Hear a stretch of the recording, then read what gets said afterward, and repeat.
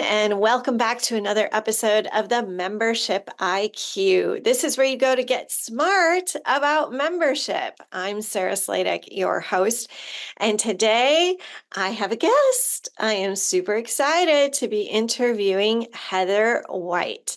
And Heather is calling in today from Canada. Whoop, whoop. So we're going international here. Fantastic. Heather, why don't you give a little intro of yourself to our audience? Thank you so much, Sarah. It's really great to be here with you today and with your folks on the podcast. I am, as you said, I'm coming to you from Canada. I live in Toronto. I am the founder and CEO of Why Communicate. It is a communications and strategy consultancy for associations that helps executive directors refresh their value propositions and their purpose so that they can connect with their members in ways that are relevant and that can sustain them financially in the future. Fantastic. All right. So you are a great person for me to be talking to today. And it's funny when Heather and I are recording this, I was in Toronto and in Belleville, Canada, just yesterday. And so I swung by your neighborhood and I waved on my way to the airport. And but when I was in Canada, as with United States, everybody's talking about, oh my gosh, the uncertainty, change, it's happening. It's as a result of the election. People are worried about the presidential election in the United States. People are worried about the economy. People are worried about real estate and what's going to happen to prices. People are just worried about all kinds of things. And I'm hearing from associations, we're dipping into reserves. We're seeing membership decline. La, la, la, la, la. Oh my gosh. Heather, are you hearing the same stuff? Absolutely. Absolutely.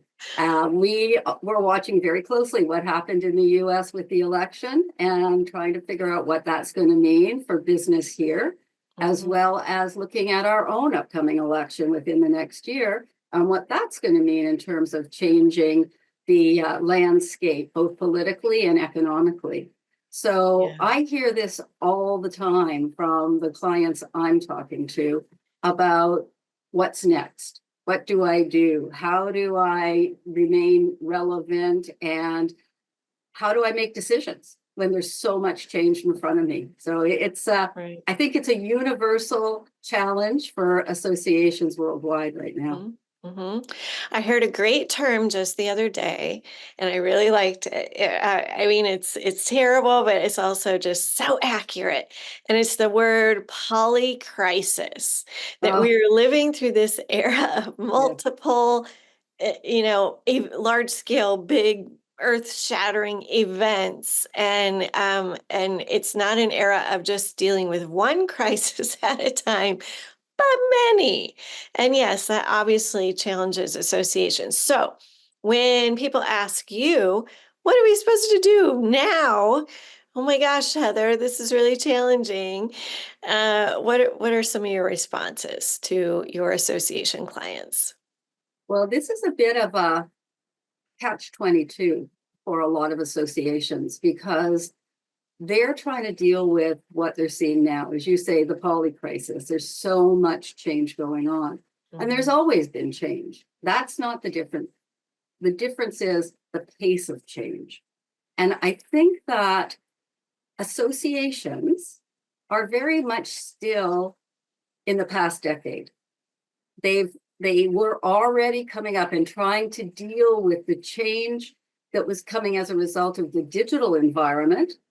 And now with COVID, which expedited that comfort level with digital by 10 years, according to most experts, now they're either further behind trying to figure out how to use those channels of digital to engage members, and they don't have the infrastructure, they don't have the processes, they are looking at what should they be doing to communicate their value But what I think a lot of them haven't recognized is they don't know what their value should be anymore.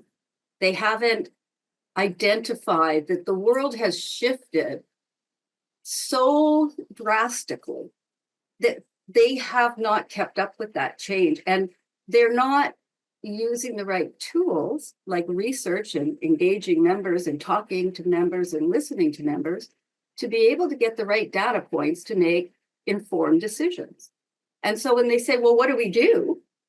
It's like, well, I think you have to go back and look at that whole question of value proposition. Why do you exist? Is there a reason? What is your purpose? What do you do that no one else could do for your members as well as you can? Those are the kind of questions that I start to ask them. And I find, unfortunately, that they haven't really thought about that. They are looking at the bigger picture. And what I see happening is that they're freezing. There's too much change. It's overwhelming. They don't know how to deal with managing change because that has not been the bailiwick of associations. They are not innovators in general. Historically, they have not been. But today they have to be. And they have to be ahead of the curve for what's coming at their members and anticipate that for the members to be able to provide value. But that's not happening. And Yeah. I know that, when I look at the research from associations worldwide, not just Canada, but I can quote some Canadian numbers. You noted in your book, Membership, that membership organizations are not necessarily focusing on the right things. They're not focusing on things that members value. They're focusing on making revenues and doing advocacy and maybe things that are not actually truly valued today by the members, or certainly not valued by the members that are coming up that are younger, that are different generations that have different values. And I'm seeing that as well. I'm also seeing, and it came up at the Canadian Society of Association Executives Conference at the end of last month, where in talking to people, it was becoming increasingly apparent that a lot of associations do not have really strong business plans.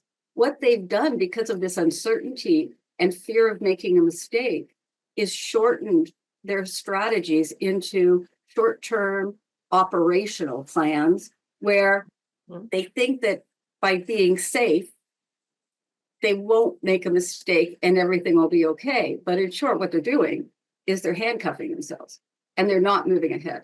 And that's creating a real dilemma. So I think that what they need to do is recognize that it's time to go back to the start and say, why do you exist? Yes. Okay, so this is where if you have, a tea or a coffee or a strong beverage, take a sip, take a breath. Because Heather just laid out like all kinds of things, like the little in a condensed version of association history and why they're struggling right now. And it's heavy. It's heavy. But yes, you're absolutely right. It comes down to the fact that really kind of the why of associations has changed. And we're still catching up to understanding and embracing that reality, which is easier said than done because our models in associations are built for the past. And now we're living in this super fast-paced, ever-changing marketplace, and our associations are being asked to do radically new things and solve big, big problems.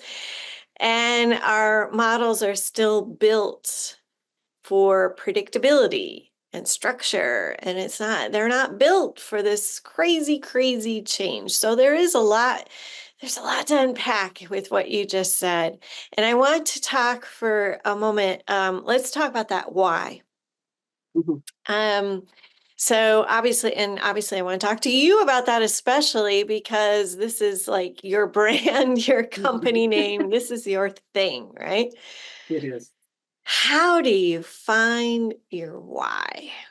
How do you find it? Well, there is a process that I lead people through in terms of understanding why they exist. And the purpose is really at the heart of all of that.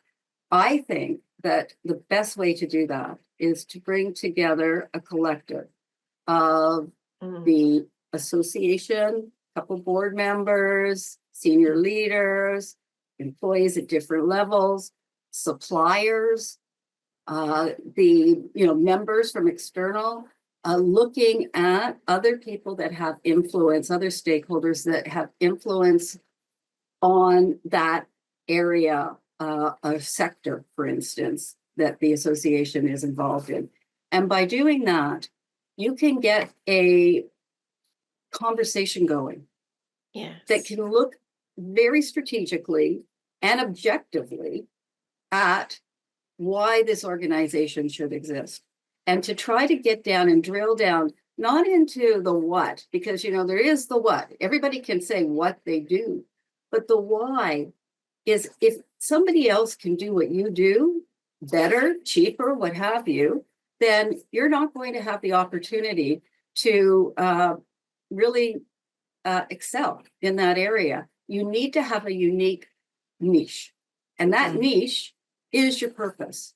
So by having collective discussions and challenging the norms, challenging what the internal board and the people that have already, drank the Kool-Aid, those are the ways to get at the emotional core of what is really important.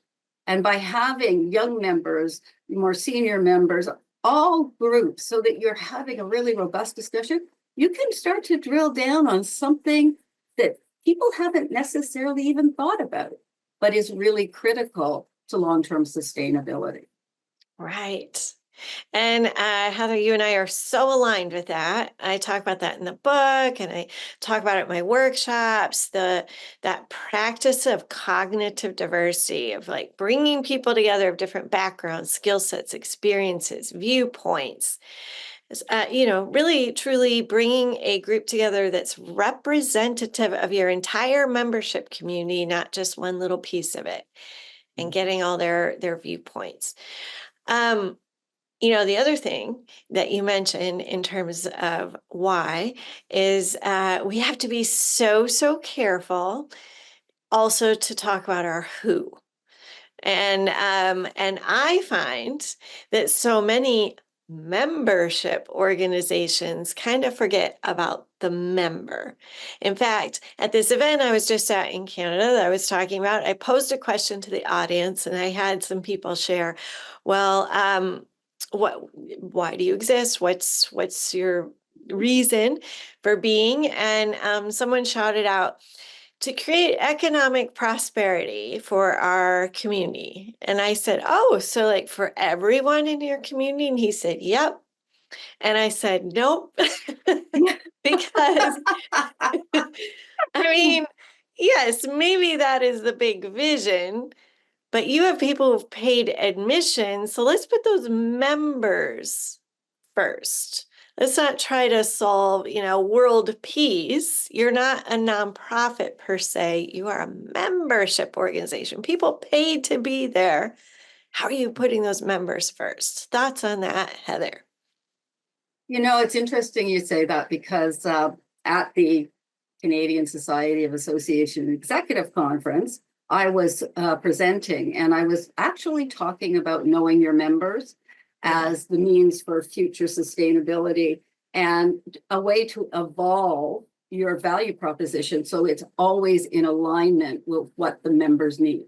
Mhm. And to me, that's the tactical approach to implementing what you're talking about, which is the new model. And I shared that with the group that was at my presentation as well. And I talked about being member centric and focusing first and foremost on what the members want. And it is amazing to me, because I did a few polls as part of the presentation. I asked people, so how many of you are doing research? Everybody put up their hand. Great. How many of you are doing research more than annually as part of your annual member survey? No.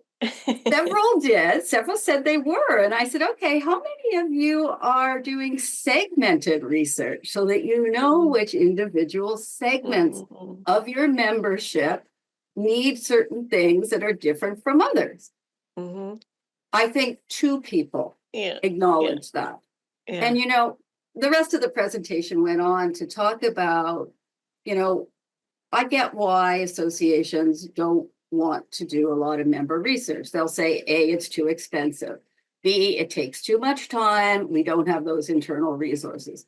And what they don't say is, what if the information comes back negatively? How will our board react to that? We don't want that. So sometimes it's better to not know. Now, even though they won't admit that last one. Yeah, that is true. But so they don't. And in today's world where you have digital personalization is absolutely become table stakes, in the world that we live in, the Amazons and Netflix. Okay, members don't expect their association to be Amazon and Netflix, but they do expect it to be professional, and they do expect it to understand who they are, what they need, to be able to give them what they need without them sort of having to say, okay, you need to do this or you need to do that. They should be, as I mentioned before, ahead of the member, ahead of the curve, anticipating the needs. And there are ways to do that now through what I call always on member research. And you use digital channels to be able to talk to people, get feedback, do focus groups. It's not expensive anymore. There's lots of ways to do it, but they're not structured for that. They don't think that way.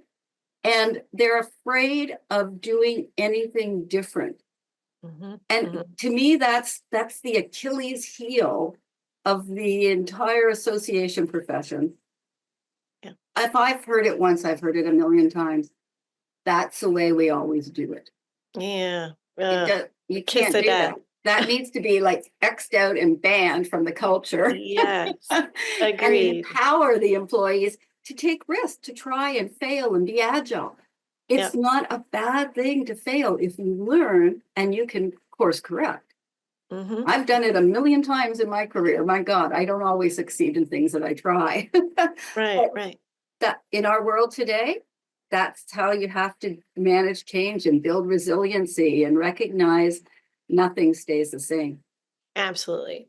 And that starts with going back to that idea of that cognitive diversity and bringing together a variety of people and kind of not having that hierarchical systems and where you're choosing people to lead just based on seniority or experience alone, but having those channels to allow for a variety of voices at the table, because then you are innovating, then you're working on things as a team, then you're learning and teaching, then great things come out of that. It's not an echo chamber. Then you're building something that's really, really intuitive to what your members need. So fantastic thoughts.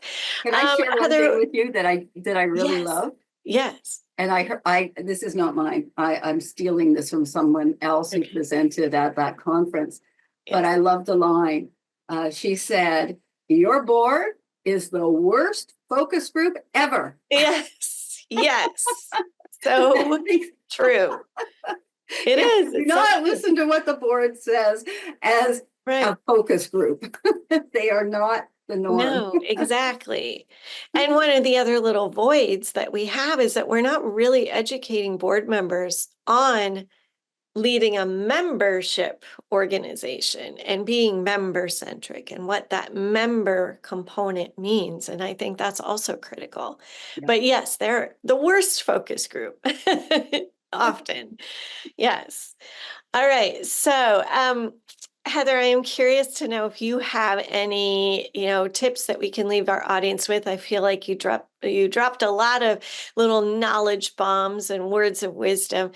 But any best practices that you're seeing right now, anything that you would like to add in regards to some success strategies?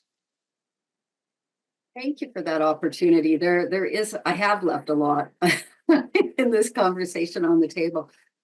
I think that one of the most important things that association leaders need to do is recognize they need to do things differently. They need to understand that change requires strong leadership that's clear and has a vision and shares that vision with the employees, that they need to empower themselves and their employees and their committees to understand that you can have the courage to take the risks and try things and learn. So the fail fast, monitor the fail and fix it, and learn and grow and continuously look for in ways to improve the member value as your first and priority goal. Right. Should be part of the mantra for every association. So you don't get pulled off into that, well, let's put all these resources into a conference, or let's put it into government relations and advocacy. Those things are important, but they're not priority. So, I think looking for new things. The other thing I think is absolutely critical, and this is because I hear this all the time, I can't attract younger members. So Yeah. not only do you need to do the research to understand what your younger members want and need, but to understand their psychology, what makes them tick, because they're so different. And to recognize that member value is now, an example. We talk about networking. Everybody wants networking. That's why you join association. Okay, great. But networking to a 40 plus person is very different than networking to a 25 to 30. Oh, yeah. Yeah. And that peer groups and creating value by connecting people in ways they want to be connected, not necessarily coming together for a monthly meeting in your chapter. That's where real value is. And that is a huge mind shift or member shift, as you'd say, because we need to think differently. What's been done in the past no longer works. Right. And a fundamental element is getting your structure, your tech stack, if you will, which sounds so confusing, but getting in place kind of simple communication channels that you can use to tap into your members, to stay constantly connected with them, to help engage them and communicate with them all the time. And those best practices include you looking to the future and telling them what's coming, because they want that information. So you need the platform and the structure and the processes to be able to create that omni-channel communications infrastructure.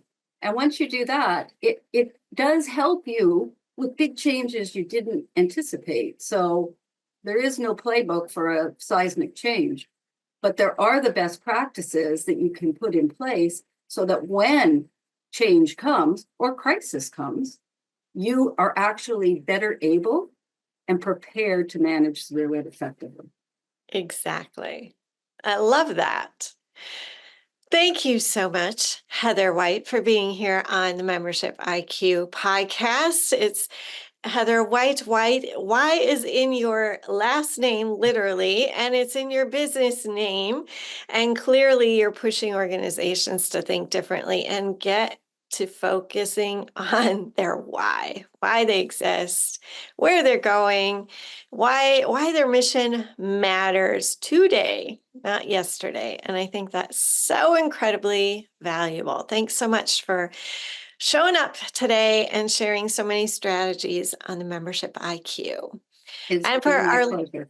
Yes, and for our listeners, stay tuned. We'll be coming to you soon with a new episode of the Membership IQ. I'm Sarah Sladek. See you soon.